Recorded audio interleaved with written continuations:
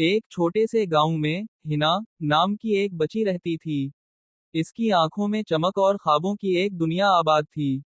हिना बचपन ही से किताबों की शौकीन थी। पुरानी फटी पुरानी किताबें भी इसके लिए खजाने जैसी थीं। वो घंटों बैठकर कहानियां पढ़ती, कभी अपने गुड़िया के स्कूल लगाती और कभी दीवारों पर चाक से लिखने की मशक करती। लेकिन गांव के हालात ऐसे न थे कि हर बच्चा स्कूल जा सके। अक्सर लोग यही समझते कि लड़कियों के लिए तालीम जरूरी नहीं। उनके मुताबिक लड़की को बस खाना पकाना, सिलाई कढ़ाई करना और शादी के बाद घर संभालना चाहिए। यही सोच हिना के वालिद अकरम की भी थी। वो एक मेहनती किसान थे मगर तालीम को लड़कियों के लिए फजूल समझते थे। हिना अक्सर अपनी माँ से कहती, अम्मा, मैं भी स्कूल जाना चाहती हूँ, जैसे गांव के चौकीदार की बेटी जाती है। मैं बड़ी होकर टीचर बनना चाहती हूँ ताकि हर बच्ची को पढ़ा सकूं। माँ दिल ही दिल में बेटी की ख्वाहिश पर खुश होती मगर खलकर कुछ ना कह पाती। वो जानती थी कि शौहर सख्त मिजाज है। एक रात गांव में बिजली नहीं थी।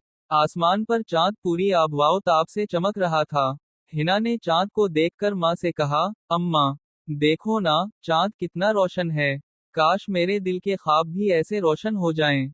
माँ ने बेटी को गले लगा लिया और आहिस्ता से कहा, बेटी, ख्वाब देखने वाले ही एक दिन दुनिया बदलते हैं। बस हिम्मत ना हारना। ये जुमला हिना के दिल पर नक्श हो गया। हिना ने छप छप कर पढ़ने की कोशिश शुरू की। गांव के स्कूल के बाहर से गुजरती तो दरख्त के नीचे खड़ी होकर बच्चों की आवाजें सुनती। कभी कोई पुरानी कॉपी किसी बच्चे से मांग लेती, कभी टूटी हुई पेंसिल। वो रात को दिए की मध्यम रोशनी में अमले लिखती और अल्फाज को दोहराती। गांव के लोग उसे मजाक का निशाना बनाते, अरे, अकरम की लड़की किताबें पढ़ती है, जैसे पढ़ लिख कर अफसर बन जाएगी। लेकिन हिना ने दिल छोटा ना किया। एक दिन स्कूल के उस्ताद ने देखा कि हिना बाहर खड़ी सबक सुन रही है।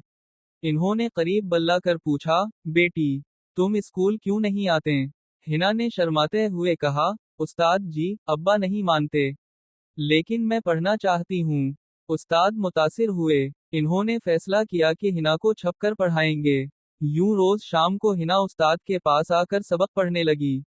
कुछ ही दिनों में इसकी तहरीर और पढ़ाई देखकर सब हैरान रह गए। अकरम को जब ये खबर मिली तो वो सख्त नाराज हुआ। लड़की को पढ़ाने की क्या जरूरत है?